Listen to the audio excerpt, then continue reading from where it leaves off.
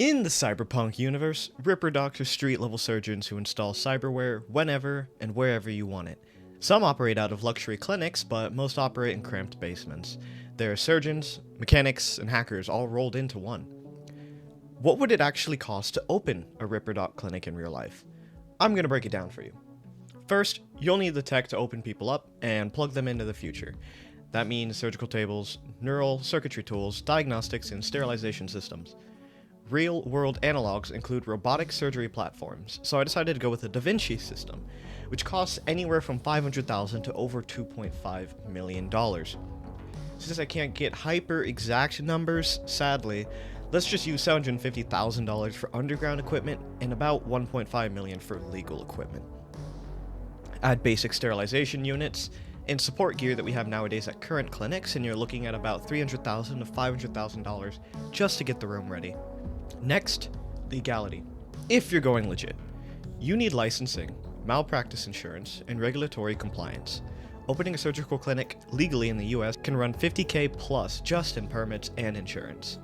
I decided to pull all of this data from Forbes in order to determine a guesstimation. Since this data was getting a little too hard to process, this enormous graph you're looking at is the relative cost for each practice, which means I took all the ones that I feel like RipperDocs would actually use and added the totals together to get this price. If you're running underground in Pacifica, maybe you're paying off gangs and city inspectors instead. Bribes, protection, fake IDs that could still run you $20,000 to $100,000, depending on who you're paying. Sorry, but legally I can't provide any sort of information on how to get or how much fake IDs are, so this is kind of a trust me bro situation. You can't sell Chrome if you don't stock it. A decent starter inventory might include budget cyber limbs like arms and legs, $5,000 to about $15,000 each. Current companies like MIT Prosthetics and Open Bionics have these available currently. Thermal armor, optics, and neural interfaces about $10,000 to $50,000. These prices were pulled from the game.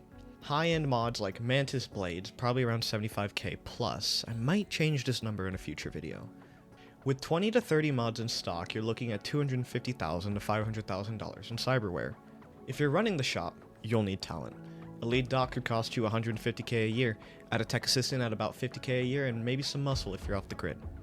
Go black market, and your doc's working for $75,000 in cash and meds, with assistants for $20,000 to $40,000.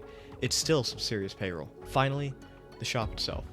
Corporate zone clinic could cost over $100,000 to lease and furnish. Want something cheap in Watson? You could get a backroom or basement for $10,000 to $50,000, no questions asked. I believe we have everything we need to get the final calculations. A legal RipperDoc clinic is going to run you about $2 million in equipment alone. Licenses are going to be approximately $50,000, inventory is about $500,000, and staffing is going to be $150,000 for a lead doc and $50,000 per assistant necessary, and your overall space is going to cost you about $125,000 per year. So your total is going to be $2,550,000 plus $325,000 per year. Now, if you want to do a black market setup, it's going to cost you about $1,050,000 in equipment, $60,000 approximately in bribes, $250,000 in inventory, and about $105,000 for staffing. The location is $35,000 per year. Your total is now $1,360,000 plus $145,000 per year. Whether you want a clean clinic in Haywood or a dirty basement in Kabuki, it's going to cost you some serious money. In Night City, body modification isn't a luxury.